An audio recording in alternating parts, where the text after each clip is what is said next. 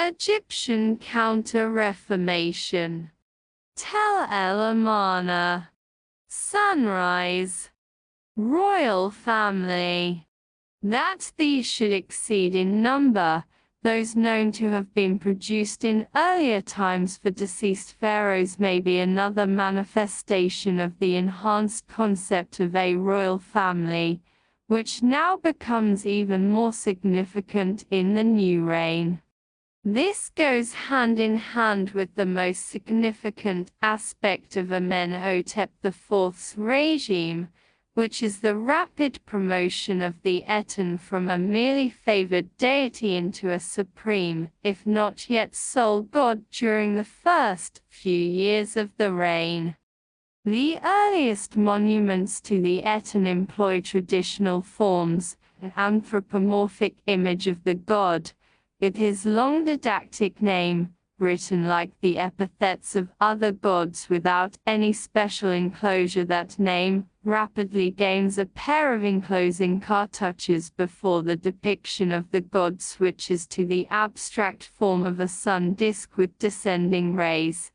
This switch in the iconography of the god was rapidly followed by a dramatic change in the way the king, and by extension the rest of humanity, was depicted. Some of the earliest examples of this new style are to be found in the Temple of the Eton that Amenhotep IV, soon to be Akhenaten, built in the northern sector of the Karnak precinct.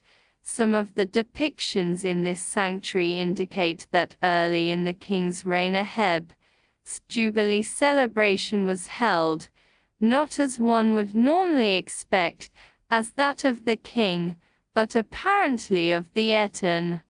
This would reflect the status of the Eton as a heavenly king, already indicated by his adoption of royal cartouches around the same time. In spite of this major building at Karnak, by year 4 a decision had been taken to found a city to act both as the home of the Eton cult and the new principal royal residence, at a site now known as Tel el-Amarna, its limits set by a series of boundaries dated to years 4 and 5. These marked out a slice across the Nile Valley, comprising a fertile area on the west bank, and a more arid district on the east bank in which the urban area was constructed. It was named Eton, the horizon of Eton. On these boundary markers, Akhenaten as he now was is joined by his wife Nefertiti, and elder daughters Meritaten and Meketaten. Nefertiti's name is expanded to Nefer-Neferuaten Nefertiti soon after her husband's change of nomen in year 5. The royal family is writ large across the broad swath of monuments produced during the reign, not only in ritual scenes in the temples of Amarna and Thebes, but also in the private tomb chapels.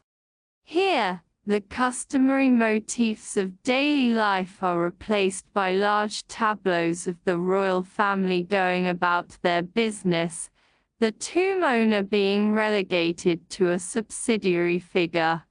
In the new Amarna milieu, the royal family stood as the sole intermediary between humankind and the deity, as was shown neatly in the chapels of private houses where the object of devotion was not the physical sun above, but a star showing the royal family adoring the sun on their behalf.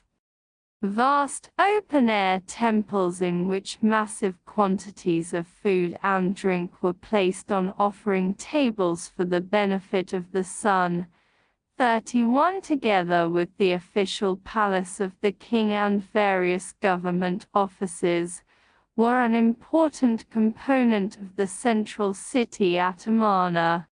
North and south of this spread a series of residential suburbs and, at the northern extremity of the city, The so-called North City incorporated the royal family's regular residence. This was connected to the central city by the royal road, along which the king's chariot and entourage undertook a ceremonial daily progress, a motif frequently employed in the decoration of the private tomb chapels.